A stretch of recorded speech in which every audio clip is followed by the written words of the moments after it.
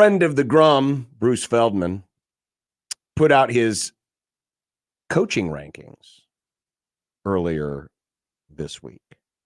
Top 25 coaching rankings in college football, which nowadays is a list that is not as easy to figure out at the very, very top because we literally lost the best one ever. It was wild opening. Retirement. It was wild opening up this story. And not that I don't know that Nick Saban is retired, but you scroll and it's like, wait, what? There are a lot of new names at the top of the list. There's no Saban. There's no Harbaugh. And there's one name that is no very high on this list that Chip might blow some people's minds, and he was high on the other list too that they both did. You're talking about the guy from that state that's near us? Mm-hmm. Yeah. Kirby Smart, number 1. Not a surprise. Dabo, who used to be the default number 2, is back to not Stewart's, but Bruce Feldman's number 2. Yeah. Stewart had him at 8. Wow. I am closer to that than I am to number 2. It's been a few years now. Lance Leipold, number 3. Lance Leipold. And I get it. He's made Kansas football good again. But number 3? The third best coach in college football right now? Yeah, it's interesting because on one hand, he has had a ton of success. On the other, he has not won a conference at Kansas. No. He had a lot of success at Buffalo. You know, there is obviously a ceiling. There's obviously a ceiling there. And yeah, Kansas going 9-4, that's a huge deal. But is that worthy of being the number 3 coach? But and he also had a lot of success at in the D3 level too. So it's almost like how much do you weigh that into what he has done? Just like with DeBoer, right? Like in his write-up of Kalen DeBoer, who he has at 4th, he includes his overall record. And I'm just going to read what he wrote. Since the start of 2022, the Huskies are 25-3 and staggering 10-1 against top 25 teams. DeBoer is 12-2 all-time against ranked opponents. At Fresno State, he went 12-6. He was 67-3 at Sioux Falls and won 3 NAIA national titles. Overall, he's 104-12. So he includes the lower level stuff. Yeah. And so if you're going to do that with him, you got to do that with Leipold. You got to do that with everybody. Yeah, I guess so. I guess that works. Let's see.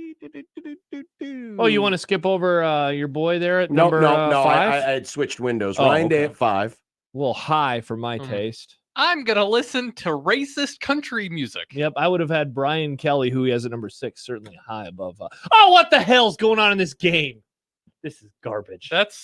Well, Omaha North. Let's go. The comeback begins. You want the team on the left. Going the way of, I hate you, Nick. Going the way of Josh Peterson, trailing again. Brian Kelly at 6. Gumbo. James Franklin at Franco? 7. Oh, Franklin, Nick. Kyle Less Whittingham exciting. at 8. Lincoln Riley at 9. Mike Norvell at 10. And you're wondering, well, didn't you tease this segment by talking about Matt Rhule? Oh, yes, I did.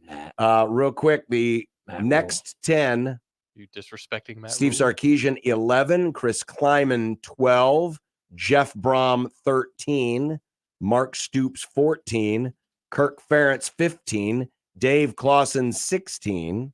Oh. Josh Heupel, 17. And coming in at number 18, down 3 spots from where he had him last year. He meaning Bruce Feldman, Matt Rhule. He writes, it was a shaky first season in Lincoln, but in fairness to Rhule, it's been really shaky there for a long while. Wow, boom roasted.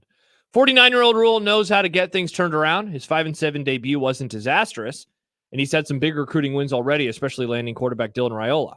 Rhule's overall college record, 52-50, isn't jaw-dropping, but stretches of his season-by-season record are. At Temple, he went 2-10 year 1 and won 10 games 2 years later. He went 1-11 in year 1 at Baylor. 2 years later, 11-3. And so, obviously the implication here is that he is going to do it again, or he certainly has the capability of doing it again.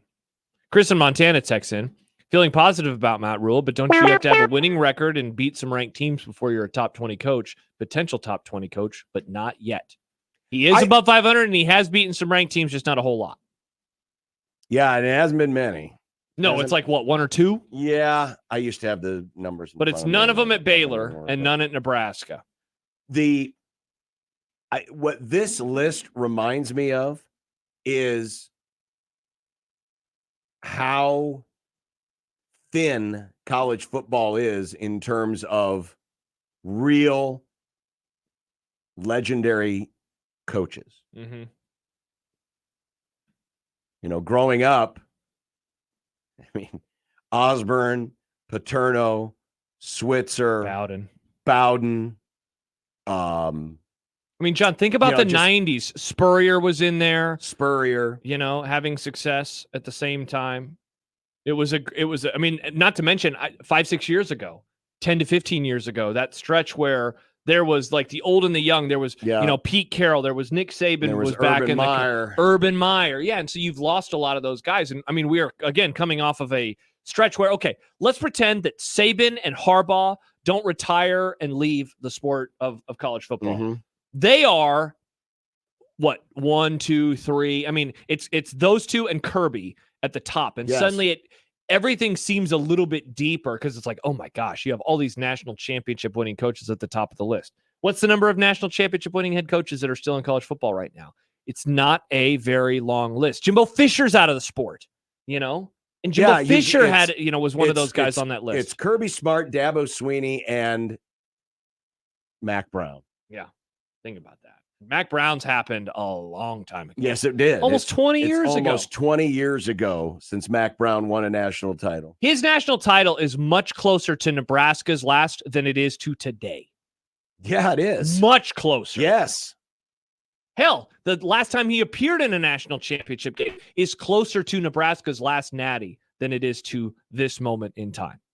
I mean, if there was ever a moment, and of course, now we're probably, or at least we're getting closer to transitioning to a moment where college football is getting more concentrated than it is more diverse. But if there was ever a moment where you could really see some other people rise up in the coaching ranks, now would be the time. 100%. I mean, and I think that this list is pretty indicative that that's already happened.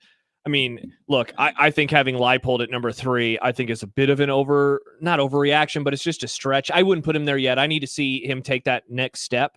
But Kalen DeBoer at 4, I think is very well earned. This guy has been successful at every single level of the sport. You know what's interesting, John, about like the rest of the top 10 is that there are genuine questions about most of them. Hell, go back to number 2. Dabo has a lot of questions about him right now.